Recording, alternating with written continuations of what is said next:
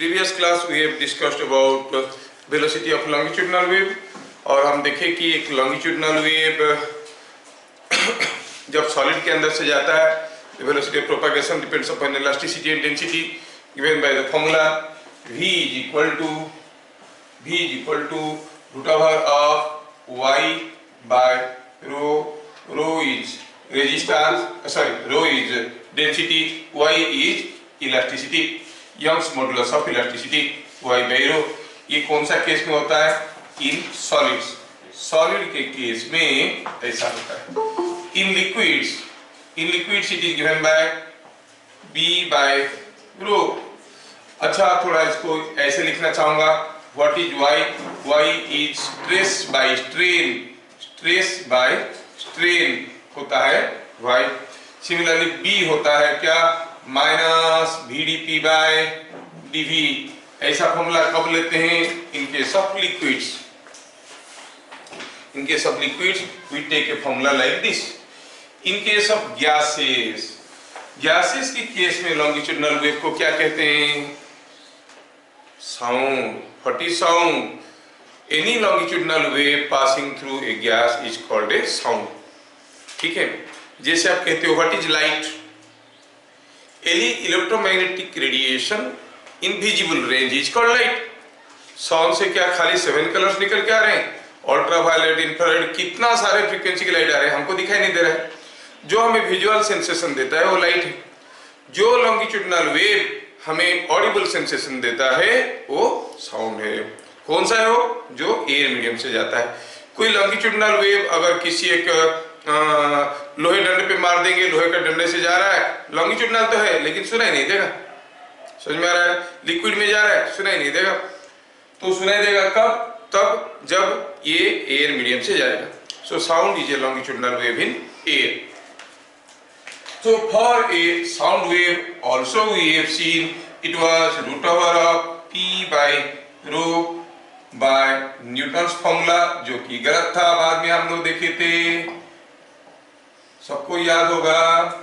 and it was gamma p by rho by Laplace correction. बस इतना ही तो पढ़े थे कि इससे ज्यादा पढ़े थे? यहीं तक ही गए थे. इंटेंसिटी दूसरा. तो ये हम लोग वेलोसिटी ऑफ प्रोपगेशन में हम लोग इतना चीज पढ़े थे. इसको आज हम लोग आगे बढ़ाएंगे.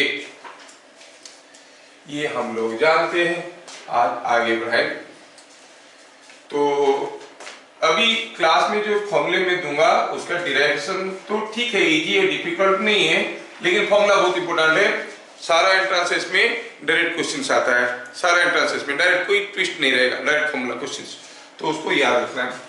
तो dependence of velocity of sound on temperature.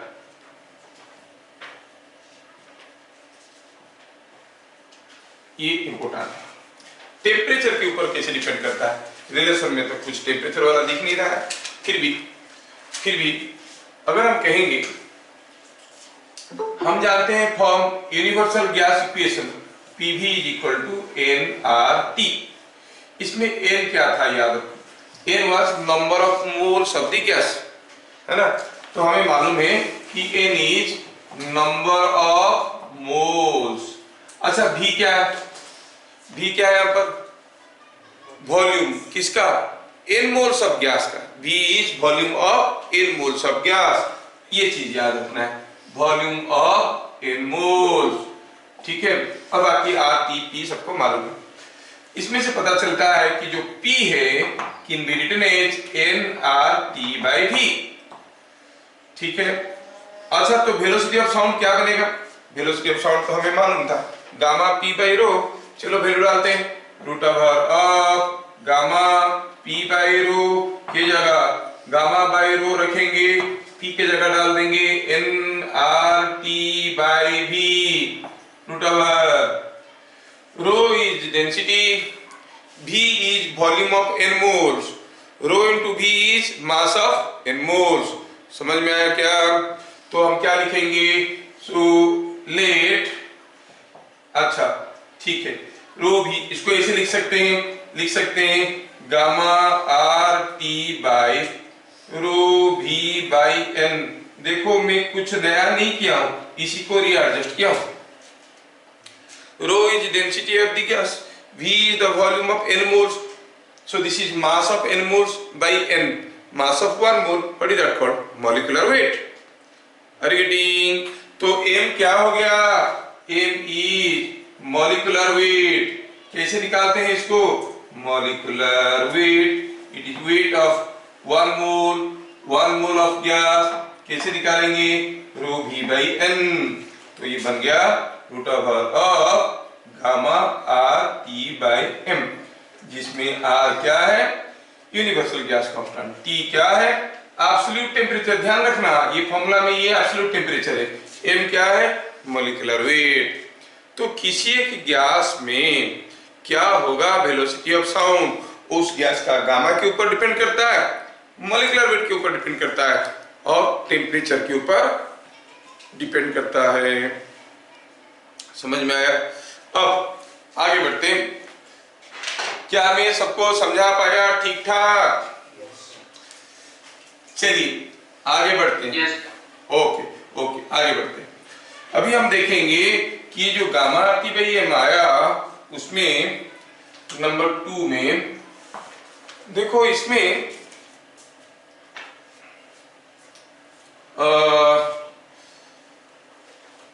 Dependence on pressure, ये बहुत बड़ा मिसकंसेप्शन है, ठीक से पकड़ना।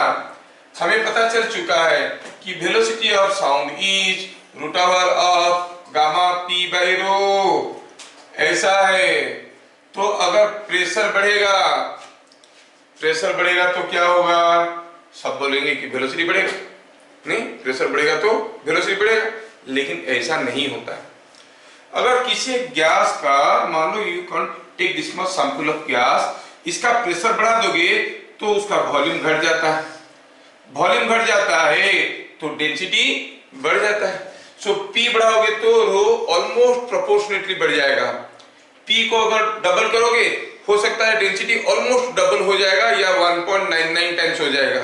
मतलब P को बढ़ाने से P by rho is almost a constant. So velocity of sound does not change much with pressure of the gas. समझ में आया? लेकिन फॉर्मूले से लग रहा है कि प्रेशर डबल कर देंगे वेलोसिटी डबल हो जाएगा। वो ऐसे ही पूछेंगे, if the pressure is doubled, what will happen to the velocity? √2 times लिख दिए, फंस गए। समझ में आया क्या? तो क्या लिखेंगे? By changing pressure,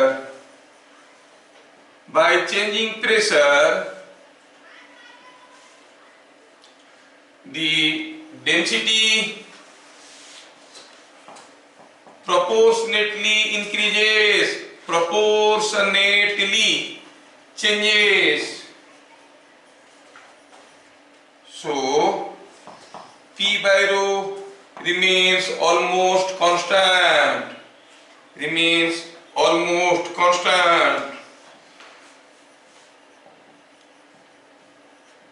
Thus by changing pressure, ये बहुत ही इंपॉर्टेंट है क्योंकि लोगों को फॉर्मूला याद रहता है, वो गड़बड़ कर देंगे।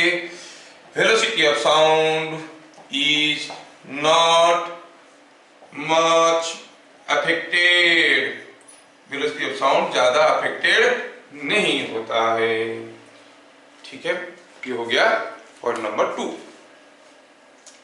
Point number 3, now let us see dependence of velocity of sound on density. Density बढ़ाएंगे तो कैसे अफेक्टेड होगा, ठीक है।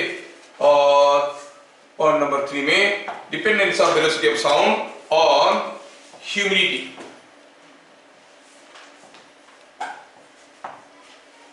ह्यूमिडिटी के ऊपर कैसे डिपेंड करता है? फॉर्मूला में तो कहीं ह्यूमिडिटी दिखता नहीं है, यहाँ पर P है, गामा है, रो है, R है, T है, मॉलिक्यूलर वेट है। चलो देखते हैं ह्यूमिडिटी के ऊपर ये कैसे डिपेंड करता है। पहले हमको एक फंडामेंटल नॉलेज होना बहुत जरूरी है रिगार्डिंग ह्यूमिडिटी। सपोज हमारे पास वॉल्यूम ऑफ ड्राई एयर है और same volume of moist air है। दिस इज मॉइस्ट एयर और ये dry air and moist air. ध्यान रखना क्वेश्चन जेई में, आईआईटी जेई में आ चुका है डायरेक्ट क्वेश्चन इस पॉइंट के ऊपर, डायरेक्ट क्वेश्चन आईआईटी जेई में डायरेक्ट क्वेश्चन। क्योंकि मिसकंसेप्शन भरा हुआ है बुक में ना, बच्चे रट लेते हैं, बुक में ठीक है रट लेते हैं कुछ लोग, फिर केस बदल जाता है, कंडीशन याद नहीं रखते हैं, कंडीशन बदल जाता है तो उसी को लगा देते हैं, फंस जाते हैं। देखना हाँ, तो अब ये ड्राई एयर जितना वॉल्यूम का लिए, मॉइस्ट एयर उतना वॉल्यूम का लिए। क्या आप में से कोई मुझे गेस करके बता सकता है कि इन दोनों में से किसका मास ज्यादा होगा, ड्राई एयर की मॉइस्ट एयर?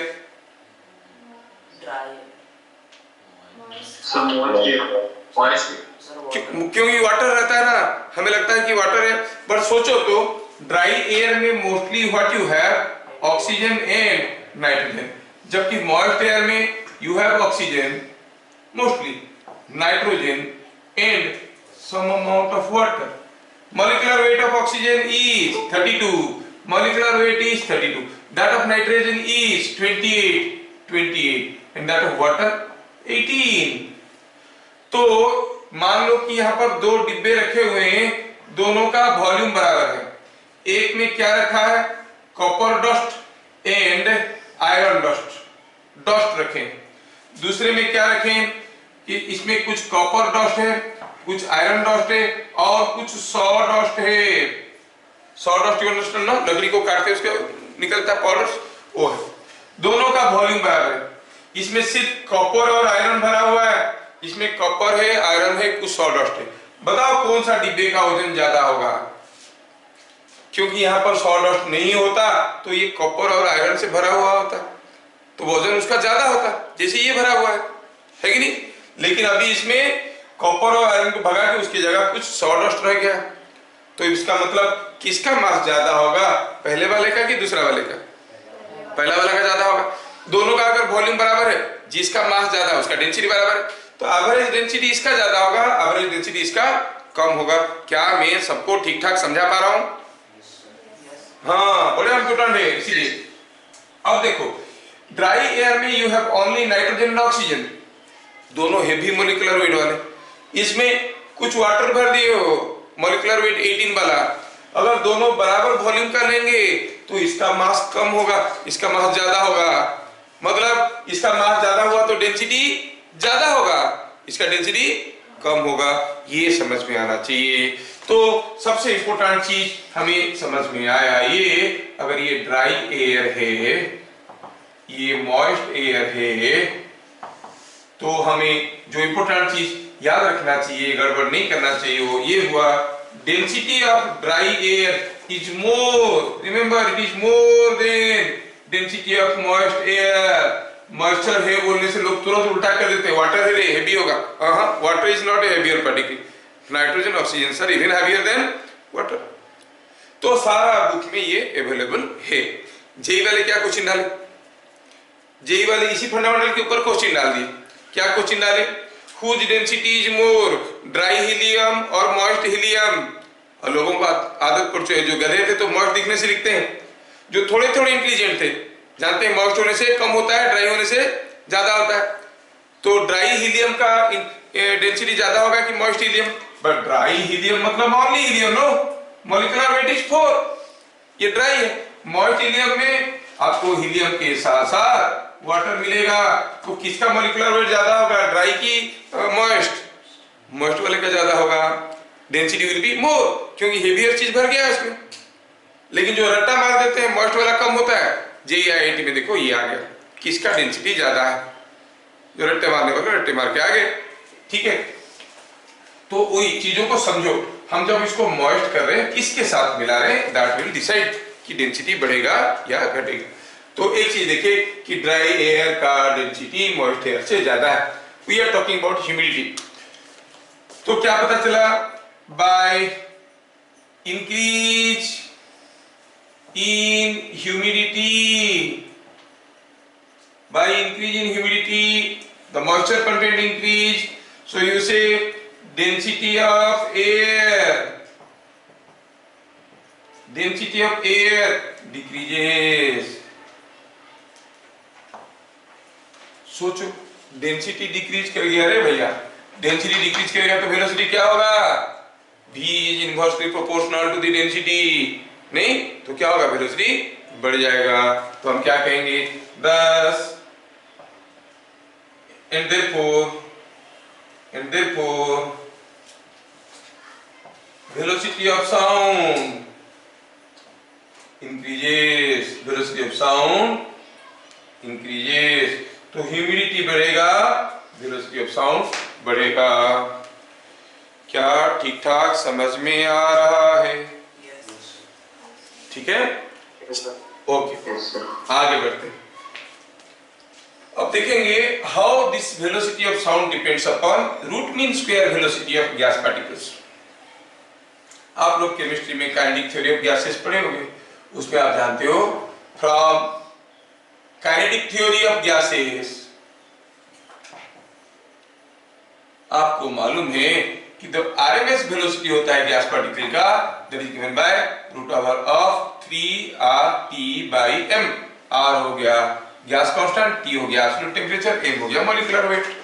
और हमें ये पता चल गया कि velocity of sound is gamma RT/m। तो दोनों में कुछ आसपास का रिलेशन दिख रहा है, तो हम क्या कहेंगे? Velocity of sound is equal to root of गामा/3 इंटू VRMS।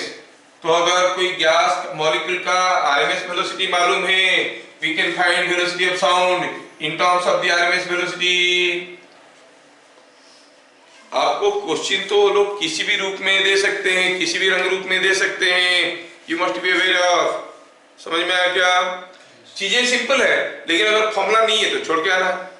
चीजें सिंपल है, फॉर्मूला मालूम नहीं तो छोड़ के आना पड़ेगा। तो हमें ये सारा पॉइंट अभी दिखने लगा। क्या दिखने लगा? कि velocity of sound can also be expressed in terms of RMS velocity of gas molecules. देखिए सब क्वेश्चन कैसे करेंगे। पूछा है velocity of sound is more in summer और विंटर। किसमें ज्यादा है, समर में कि विंटर में? रिलेशन देखो ना, क्वेश्चन नंबर 1 का सॉल्यूशन में आप जानते हो velocity given by root of gamma RT/m also given by gamma P/ρ। अब टेम्परेचर ज्यादा होता है किसमें? समर में, तो वेलोसिटी तो ज्यादा होना ही है। तो वेलोसिटी समर में ज्यादा है because of more room temperature.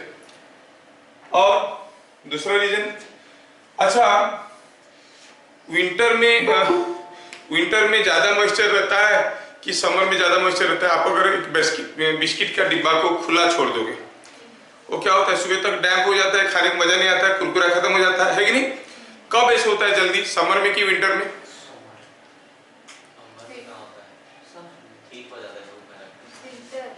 धूप में नहीं, घर के अंदर बिस्किट का डिब्बा खुला छोड़ दोगे तो बिस्किट डैम्प हो जाएगा, खाने को मजा नहीं आएगा, नरम हो जाएगा। कब, समर में कि विंटर में? विंटर। अच्छा लड़कियां मॉइस्चराइजर कब हाँ ठीक है, लड़कियां मॉइस्चराइजर कब लगाते हैं? समर में कि विंटर में? है नहीं, विंटर में। क्यों? विंटर ड्राई रहता है, मॉइस्चर कंटेंट बहुत कम रहता है, हम लोग एक्स्ट्रा मॉइस्चर लगाते हैं और वो मॉइस्चर बिस्किट को डैम्प कर देता है। समर में नहीं लगाते क्योंकि इसी तो मॉइस्चर भरा हुआ है हर जगह, है ना? गर्मी के कारण इवापोरेट करके मॉइस्चर तो एटमॉस्फेयर मिल जाता है। कहने का मतलब ये है विंटर इज ड्राई और समर इज मॉइस्ट। समर में मॉइस्चर ज्यादा होने से, ह्यूमिडिटी ज्यादा होने से, डेंसिटी कम होने से वेलोसिटी ऑफ साउंड ज्यादा होता है। टू रीजन क्या हुआ? Temperature is more, humidity is also more. ठीक है, तो क्या लिखेंगे? So V is more in summer due to high temperature and high humidity. Number 2, at NTP velocity of sound through hydrogen is 300 meter per second. What is velocity of sound in oxygen at NTP. अच्छा, you know velocity of sound is given by root over of gamma r t by m। अब अगर hydrogen की बात करेंगे, इन case of hydrogen gamma क्या होता है, diatomic है 7/5, एनटीपी में तो T बराबर है, R बराबर है M, मॉलिक्यूलर वेट हाइड्रोजन का 2, तो क्या मिल गया, हम कहेंगे सिमिलरली V इन ऑक्सीजन फॉर्मूला लगाएंगे वही gamma R T by M, लेकिन गामा तो वही ऑक्सीजन भी डाइएटॉमिक है तो इसके लिए भी गामा 7/5 है, लेकिन मॉलिक्यूलर वेट कुछ डिफरेंट हो गया नहीं। सो हमें चलो निकालना है VH2 और VO2 velocity of sound in oxygen by velocity of sound in hydrogen क्या हो जाएगा, क्या हो जाएगा, it will be 32/2 is 4 times. समझ में आया क्या? तो ऑक्सीजन में वेलोसिटी क्या हो जाएगा, सो ऑक्सीजन में वेलोसिटी क्या हो जाएगा, अगर हाइड्रोजन में 300 है तो ऑक्सीजन में हो जाएगा 1200 मीटर पर सेकेंड। ठीक है, डाटा थोड़ा इनकंसिस्टेंट लगता है, मैं थोड़ा डाटा को बदल रहा हूं, इतना ज्यादा नहीं होता है साउंड का वेलोसिटी, तो इसको चलो 100 ले लेते हैं, बन जाएगा काम। तो अभी now it can be 400 metre पर सेकेंड। मैं क्वेश्चन रेक्टिफाई कर दिया हूं, तो डाटा इनकंसिस्टेंट लगेगा नहीं, तो ये तो क्या कहेंगे, so velocity of sound in oxygen is 4 into 100 is equal to 400 meter per second, and exactly in the same way you can find the speed in helium। ये ऑक्सीजन में मिल गया, अगर हीलियम में निकालना है तो क्या करना पड़ेगा, हाँ बस बस बस बस बस हीलियम में निकालना है तो हमें वैल्यूज डालना पड़ेगा इसमें। इन हीलियम ये नंबर 2 था, इन हीलियम यू से गामा इज, हीलियम में गामा होता है 5/3 नहीं, मॉलिक्यूलर वेट होता है 4, और क्या होता है बस, और क्या हुई, तो हम कहेंगे velocity of sound in helium by velocity of sound in hydrogen is equal to gamma for helium by molecular weight of helium. RT तो दोनों का बराबर है, आरटी दोनों का बराबर है, वो कैंसिल हो जाएगा, that is equal to that into molecular weight of hydrogen by gamma for hydrogen, 4 root over can be found। helium का 5/3, इसका 7/5 हो गया 25/21। So what you find here, it is coming out to be 25/21। molecular weight of hydrogen is 2 and that of helium is 4। कितना simple है, 1/2 25/42 root over. अब आपको velocity of helium चाहिए, you can find out, है कि नहीं, velocity in helium is will be equal to this multiplied 100 into root over of 25/42 metre पर second. इसमें लिखने में गड़बड़ हो गया, 1/4। ओहो, इसमें कुछ गड़बड़ हो गया, देखें क्या हो गया, ये VO2 by VH2, VO2 का VH2, अच्छा ये लिखने में हम उल्टा लिख दिए रे बच्चा, ये क्या हो जाएगा 2/32 तो हो गया 1/4 है, थोड़ा वापस चलते हैं नहीं तो बहुत कम हो जाएगा, क्वेश्चन फिर से मॉडिफाई कर दी, नहीं तो 400 1200 हो जाता, अब तो ठीक हो जाएगा, वही मैं सोचा कि ऐसा क्यों हो रहा है। तो क्या हो गया ये, it is coming out to be 300/4, it is coming out to be 75 metre पर सेकेंड। मजा आ गया, 2 बार 100 से 400 400 से 100 कर दिया, तो समझ में आ रहा ना, क्वेश्चन थोड़ा सा चेंज कर रहा हूँ क्योंकि यहाँ पर कैलकुलेशन में मैं गड़बड़ किया था। देखो ये डाटा पहले जितना था वही रहा, यहाँ पर कैलकुलेशन किए तो इसे it is coming out be 400 into, answer हो गया 400 इंटू 25/42। ठीक है, नेक्स्ट क्वेश्चन देखिए, काफी सिंपल है। Question number 3 is so simple कि कहेंगे velocity of sound is root over of gamma R T by M. T कितना लेना है? 27 plus 273 is equal to 300। Remember these are absolute temperatures. Argon की बात चल रहा है, आर्गन का कितना है? 18। एटॉमिक नंबर कितना है? एटॉमिक नंबर 18 तो होगा 36 40। मॉलिक्यूलर वेट 40 है। कुछ महान लोग बता रहे हैं, मुझे मालूम नहीं है, देखो अगर गलत होगा तो इनको मारना। मॉलिक्यूलर वेट इज 40 और गामा मोनोएटॉमिक है तो 5/3 है। वैल्यू डालते हैं 5/3। आर का वैल्यू 2। मैं क्यों करवाया? फॉर्मूला डालने की तरीका भी आना चाहिए। की को क्या लेंगे? 300/5/m। Molecular weight is 40 whole power. थोड़ा मारपीट किया जाए, ये हो जाएगा 3 into 300 is 100 into 5 is 500, 2 is 1000 by 40 is 25 है। क्या हुआ? मॉलिक्यूलर वेट इज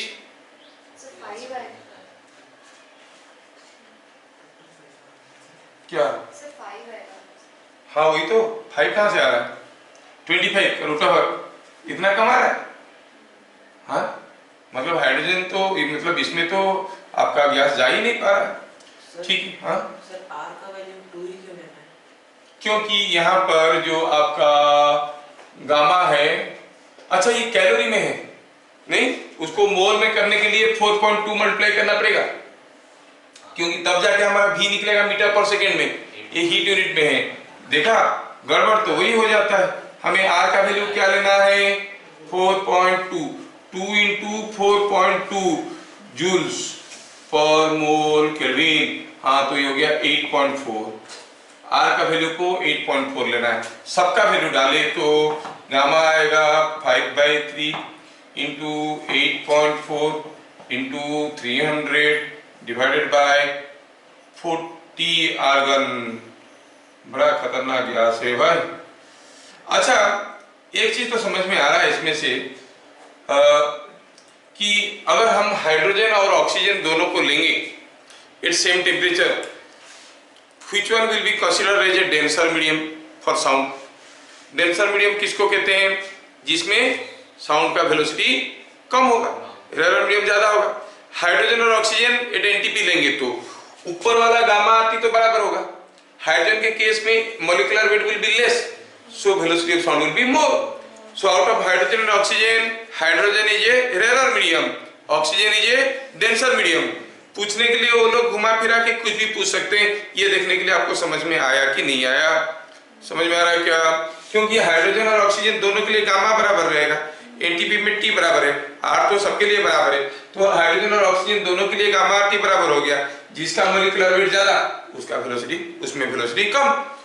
समझ में आ रहा है? So like this you must write things as clue। मैं सारा चीज नहीं लिख पाऊंगा, आप लोगों को स्मार्ट होना चाहिए। You must read it between the lines। तो ये हो गया क्या? ये हो गया 8.4, ये हो गया 10, 50/4, 50/4 is 12.5, 50/4 is 25/2 is 12.5 into 8.4 का रूट ओवर जो आएगा वही मीटर पर सेकेंड। हम क्यों अपना दिमाग लगाए? This much meter per second. Roughly it is coming out to be 9600. Roughly आप निकालोगे तो this will be coming out to be 10 metre पर सेकेंड। ओहो, आर्गन में साउंड को जाने में कितना मुश्किल होता है देखो। ठीक है, समझ में आया सबको? बताओ, कोई पूछेगा कि why velocity of sound is less in argon? Because it is an inert gas. Because it is an inert gas? No. Because it has high molecular weight and low value of ये gamma, high value of gamma. इसमें 5/3 आ रहा है gamma का value argon में। ठीक है। हाँ कोई कुछ पूछ रहे थे, पूछ सकते हैं। नंबर 4 में whose density is more, dry nitrogen और मॉइस्ट नाइट्रोजन? ड्राई नाइट्रोजन में आप देखोगे क्वेश्चन नंबर 4 का सॉल्यूशन देखते हैं।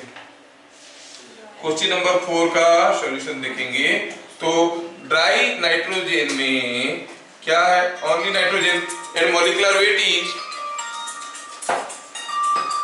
And molecular weight is how much, इसमें मॉलिक्यूलर वेट हो गया 28। मॉइस्ट में नाइट्रोजन भी है और कुछ वाटर भी है, इसका 18 है, इसका 28 है। तो ऑब्वियसली इसमें हल्का फुल्का चीज होने के कारण इसका डेंसिटी कम होगा। So moist nitrogen will have less density, dry hydrogen will have more density.